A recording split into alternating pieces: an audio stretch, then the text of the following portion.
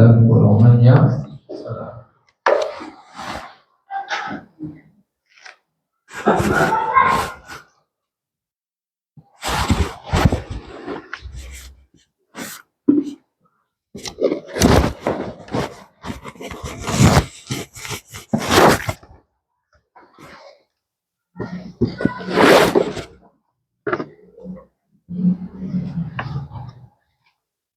Bab ke-33. Sebab terjadinya musibah dan cara penanggulangan.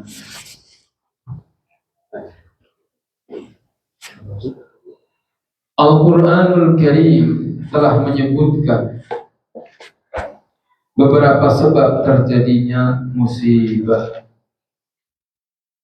Berikut bagaimana Allah menghilangkan musibah tersebut dari para hamba.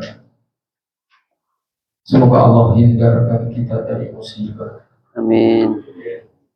Di antaranya adalah firman Allah Azza wa Jalla, "Dzalika bi anna Allah lam yakun mughayyiran ni'matan an'amaha 'ala qaumin hatta yughayyiru ma bi anfusihim." Yang demikian itu adalah karena sungguhnya Allah sekali-kali tidak akan mengubah suatu nikmat yang telah Allah anugerahkan kepada suatu kaum hingga kaum itu mengubah apa yang ada pada diri mereka sendiri. Kita lahir dalam keadaan nikmat. Kenapa bisa ada musibah? Karena kitanya merubah kondisinya. Bukankah Adam alaihi salam diciptakan di surga, berada dalam kenikmatan yang luar biasa? Kenapa Adam diusir dari surga? Karena Adam berbuat dosa. Itu penyebabnya. Bukankah umatnya Nabi Nuh juga hidup dalam keadaan aman sentosa? Kenapa banjir bandang menenggelamkan seluruh permukaan dunia? Tidak lain sebabnya karena dosa. Kenapa umatnya Nabi Nuh diangkat buminya, dijungkir balikan, bagian bawah menjadi bagian atasnya? Apa sebabnya? Dosa. Maka jaga rumah tanggamu dengan mengerjakan kewajiban dan meninggalkan dosa. Rumah tangga hancur sebabnya adalah karena maksiat dan dosa. Apakah dosa yang dilakukan oleh suaminya? Apakah dosa yang dilakukan oleh istrinya? Apakah dosa yang dilakukan oleh anak-anak? Dzalika bi anna Allah lam yakun mughayyiran ni'matan an'amaha 'ala qaumin hatta yughayyiru ma bi anfusihim. Yang demikian itu adalah karena sungguhnya Allah sekali-kali tidak akan mengubah suatu nikmat yang telah dianugerahkannya kepada suatu kaum. Ayo duduk dekat pintu.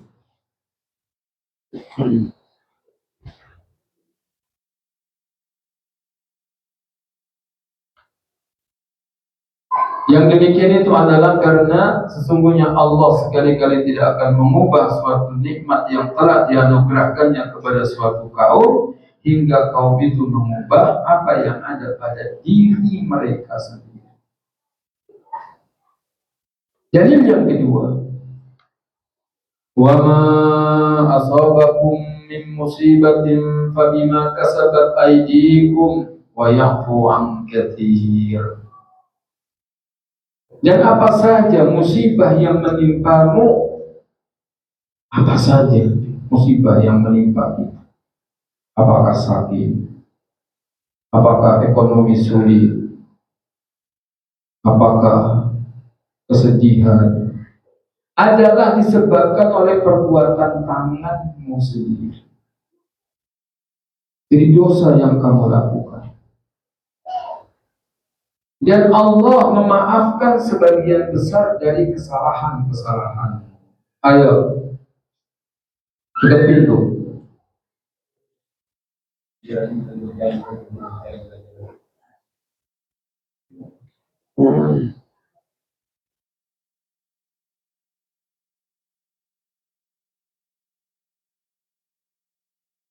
Dan apa saja musibah yang menimpa kamu, maka adalah disebabkan oleh perbuatan tanganmu sendiri. Dan Allah memaafkan sebagian besar dari kesalahan-kesalahan. Besok disiapin bambu. Ada yang masuk jalan-jalan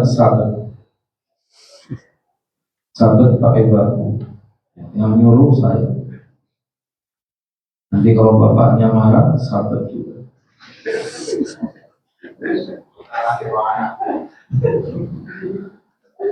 Karena mengganggu orang ngaji, tak boleh dibiarkan. Sabet.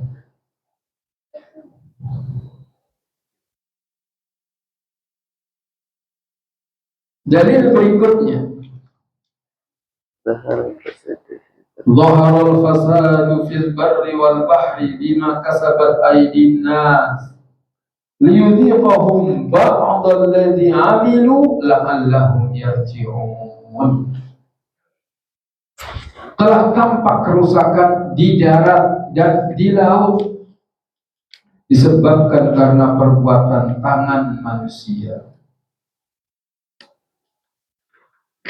supaya Allah merasakan kepada mereka sebagian dari akibat perbuatan mereka. Jadi Allah kasih musibah, kasih bencana, itu ada hikmah. Apa hikmahnya? Biar kau rasa.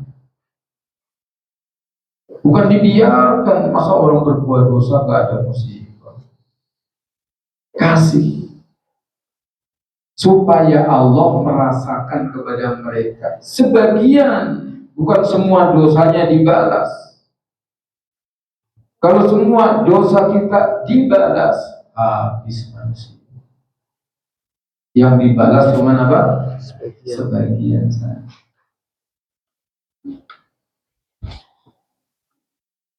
Agar mereka kembali ke jalan yang benar. Dikasih peringatan agar dia kembali ke jalan yang benar. Semoga kita taubat sebelum datang musibah. Allahumma anta rabbi la ilaha illa anta khalaqtani wa ana abduka wa ana ala ahdika wa wa'dika mastata'tu a'udzu bika min syarri ma sana'tu abu'u laka bi ni'matika alayya wa abu'u bi dhanbi faghfirli fa innahu la yaghfiru dzunuba illa. Ayat berikutnya surat An-Nahl ayat 112.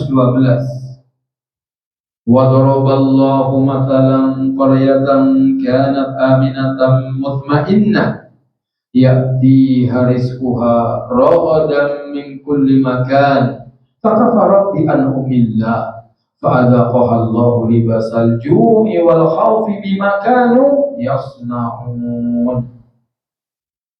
Dan Allah telah membuat suatu perumpamaan dengan sebuah negeri yang dahulunya aman lagi tentram.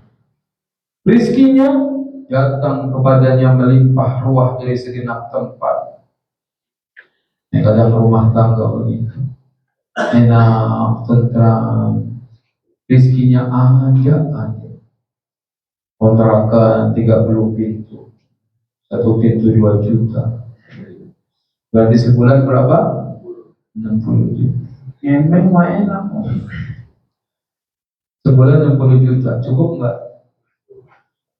Lebih dari cukup. Tetapi penduduknya mengingkari nikmat-nikmat Allah. Karena itu Allah merasakan kepada mereka pakaian kelaparan.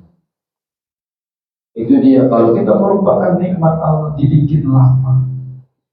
Ketakutan disebabkan apa yang selalu mereka perbuat. Contoh, yang tadinya nikmat kemudian dicabut nikmat. Contoh, 4 orang pemuda lulusan sebuah pesantren datanglah ke Jakarta. Di sana ada komplek baru. Di tengah komplek ada masjid. Nah, 4 orang santri ini tinggallah di masjid itu, jadi marbot masjid, jadi imam masjid, santri. Warga sekitar simpati dengan mereka. Maka tiap hari dikirim nasi. Nikmat apa nikmat? Nikmat. Tetapi mereka ini tidak bersyukur dengan nikmat Allah. Kalau orang bersyukur, dia dapat nikmat nih. Nasi, makanan. Selesai makan, rantangnya, tahu rantang? Rantangnya dicuci, dibersih. Kemudian kalau yang ngirim datang dikembalikan. Udah bersih. Itu namanya orang bersyukur. Anak-anak ini gak cerdas. Makan gak habis, dibiarkan dirantang. Begitu diambil, udah basi makanannya. Kadang gak dihabiskan. Apa yang terjadi? Yang ngasih jadi ogah. Ngapain dikasih gak dimakan? Akhirnya stop, gak lagi dikasih makan. Akhirnya dia harus beli ke warung yang harus jalan jauh dari masjid. Itu gambaran kecil ketika kita tidak bersyukur dengan nikmat. Makanya kalau orang memberikan kepada kita nikmat apa saja, sekecil apapun, terima. Syukuri nikmat. Contoh pertama. Contoh kedua, pengangguran. Kerja serabutan. Ketika diminta oleh seseorang untuk melakukan satu pekerjaan, waduh maaf, saya lagi capek nih. Lain kali disuruh, oh Afan saya lagi ini. Selalu beralasan, berudur. Akhirnya apa? Gak mau nyuruh lagi orang. Gak mau lagi orang nyuruh. Karena apa? Kecewa. Kecewa. Orang itu harus berkorban. Tapi kamu lagi capek banget. Gak mati kamu kerjakan pekerjaan itu. Kerjain, disuruh orang, dikasih kehormatan. Jangan ditolak. Begitu kita nolak tugas yang orang berikan, namanya nolak rezeki. Kata ibu saya, mateni rezekine dewek. Apa artinya? Membunuh rezeki sendiri. Ini dia. Membunuh rezeki. Harusnya ada rezeki. Orang kalau pengen dapat rezeki, disuruh apa saja siap, oke. Itu cuma cleaning service, bisa beli rumah, bisa beli mobil. Dia cleaning service di sebuah perkantoran. Nanti ada bos bilang, tolong beliin rokok, siap, beli rokok. Dia nggak ngerti rokok itu apa? Haram waktu itu. Oh beliin nasi padang, iya siap. Itu dikasih duit 50, dikasih 100. Itu kembalian udah buat kamu. Karena gampang, disuruh apa saja, siapa saja yang nyuruh, ya siap, oke. Itu uang tipnya tiap harinya ratusan ribu. Belum gaji dia sebagai cleaning service. Bersyukur. Disuruh apa saja mau nggak gengsi. Kita kadang disuruh apa nih nyuruh gua, emang gua pembantumu. Sombong. Orang sombong nggak akan habis, rizkinya akan mati. Maka dulu di awal-awal saya ajarkan orang kalau mau sukses dunia, jangan takut hujan, jangan takut panas, jangan takut capek. Itu kalau orang mau sukses. Mau hujan, mau panas, mau capek, terus berjuang. Paling resikonya mati. Paling berat resikonya apa? Tapi dia nggak susah hidupnya, insya Allah. Jadi musibah itu penyebabnya dosa, solusinya adalah takwa. Ayat-ayat yang mulia ini memberi pengertian kepada kita bahwa Allah Maha Adil, Maha Bijaksana. Ia tidak akan menurunkan bala dan bencana atas suatu kaum kecuali karena perbuatan maksiat, dan pelanggaran mereka terhadap perintah-perintah Allah, lebih-lebih karena jauhnya mereka dari tauhid dan tersebar luasnya berbagai perbuatan syirik di banyak negeri-negeri Islam. Hal yang menyebabkan timbulnya banyak fitnah dan ujian, syirik dan dosa. Jadi banyak fitnah.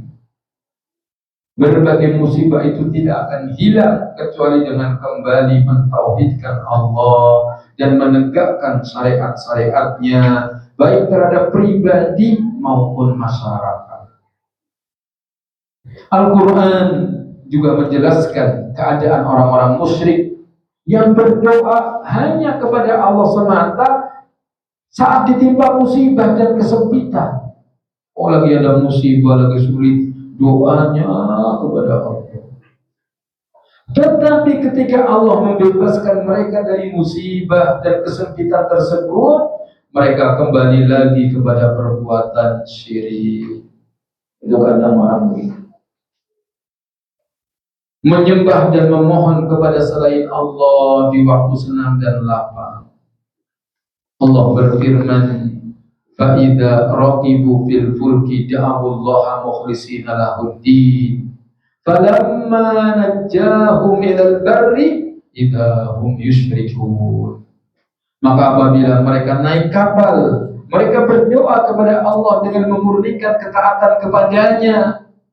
Maka tatkala Allah menyelamatkan mereka sampai ke darat, tiba-tiba mereka kembali menyekutukan Allah.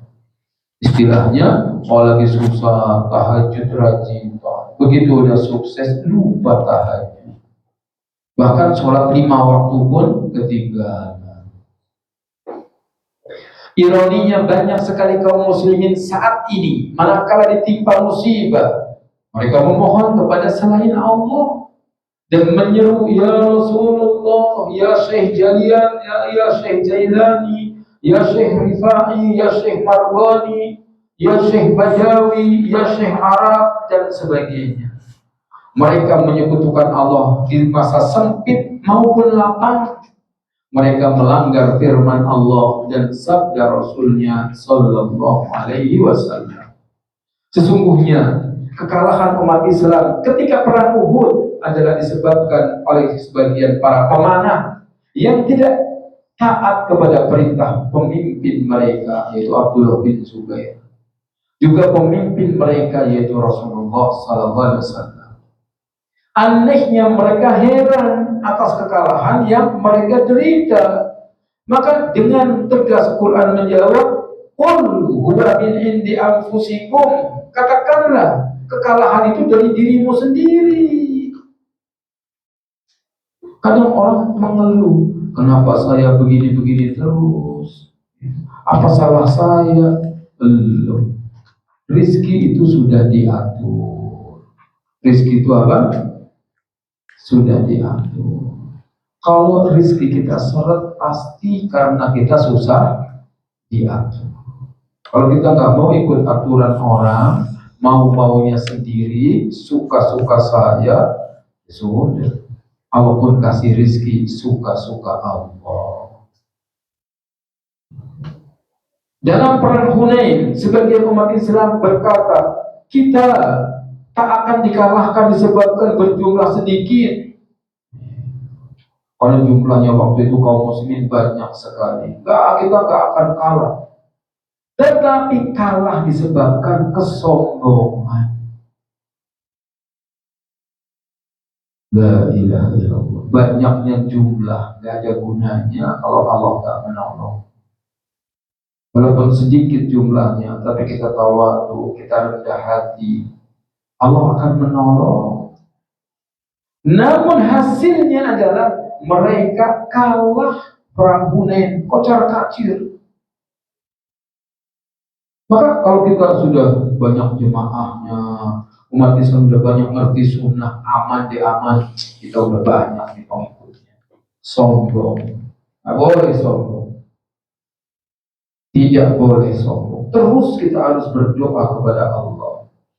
Harus merendahkan diri kepada Allah. Tapi itu udah banyak teman-teman kita udah banyak. Allah mencela mereka dengan firman-Nya, wa yauma hunainin id a'jabatkum kathratukum falam tughni ankum syai'a. Dan ingat ketika perang Hunain, yaitu di waktu kamu menjadi congkak karena banyaknya jumlahmu, maka jumlah yang banyak itu tidak memberi manfaat kepadamu sedikit pun. Ada gunanya. Umar bin Al-Khattab menulis surat kepada Panglima Sa'ad bin Abi Waqqas di Irak. Tulis surat. Sa'ad bin Abi Waqqas Panglima. Kata Umar apa? Jangan kalian mengatakan sesungguhnya musuh kita lebih jahat daripada kita, sehingga tak mungkin mereka mengalahkan dan menguasai kita. Jangan. Jangan kita katakan kita memang banyak dosanya, tapi kan orang kafir lebih banyak dosanya. Tak mungkin kok kita kalah, kan banyakkan orang kafir dosanya. Jangan. Dosa kita kan nggak nyampe syirik, dosa kita kan nggak sampai kafir. Meremehkan dosa itu. Sebab terkadang suatu kaum dikuasai oleh kaum yang lebih jahat dari mereka. Sebagaimana Bani Israel dikuasai oleh orang-orang kafir Majusi. Bani Israel Tuhannya Allah, Yahudi Tuhannya Allah, Nasrani Tuhannya Allah, sementara Majusi Tuhannya api. Tetapi yang Tuhannya Allah bisa kalah oleh yang Tuhannya api, disebabkan oleh perbuatan maksiat mereka. Memang Tuhanmu Allah, tapi kamu menganggap Allah lebih remeh daripada semut. Kalau kamu lagi di kamar berbuat dosa, ketahuan bapakmu, takut. Tetapi kamu terus berbuat dosa padahal Allah melihatmu. Apa kamu mau remehkan Allah lebih remeh dari bapakmu? Allah dianggap semut yang berjalan di dinding. Tahu kita berbuat dosa tapi nggak bisa apa-apa. Itu yang menyebabkan kehancuran. Maka mohonlah pertolongan kepada Allah atas diri kalian, sebagaimana pertolongan atas musuh-musuh kalian. Mohonlah pertolongan kepada Allah atas diri kalian, sebagaimana mohon pertolongan atas musuh-musuh kalian. Apa maksudnya? Kita berlindung kepada Allah dari dosa-dosa kita, sebagaimana kita berlindung kepada Allah dari musuh-musuh kita. Istilah gampangnya, takutlah kamu kepada Allah, takutlah kamu terhadap dosa-dosamu lebih daripada takutmu kepada musuh-musuh. Takutlah kamu kepada apa? Dosa-dosamu lebih daripada takutmu kepada musuh-musuh. Karena kita takut kepada musuh kita, tapi kita nggak takut dengan dosa kita. Ini masalah. Kurang paham. Tiap Nabi SAW mau menyampaikan nasihat, wa na'udzu billahi min syururi anfusina. Aku berlindung kepada Allah dari keburukan diri kita. Itu dia. Bahaya besar itu adalah kejahatan siapa? Diri kita. Dosa yang kita lakukan itu penyebab kegagalan, kekalahan. Semoga Allah Ta'ala memberkahi majelis kita. Amin. Sebagai pengingat terus sampai ajal tiba. Kalau kita nggak ngaji seperti ini, nggak ada yang mengingatkan. Bisanya kita ngeluh. Kenapa ya susah hidup ya? Kenapa ya? Kamu nggak ingat dosamu banyak. Hati makin hari makin sombong. Apalagi merasa sudah ngaji, udah pintar, udah punya ilmu, sama orang meremehkan. Lalu makin kita ngaji, makin kita punya ilmu, adanya makin tawadhu, makin rendah hati. Subhanakallahumma bihamdika asyhadu an la ilaha illa anta astaghfiruka wa atubu ilaik. Assalamualaikum warahmatullahi wabarakatuh.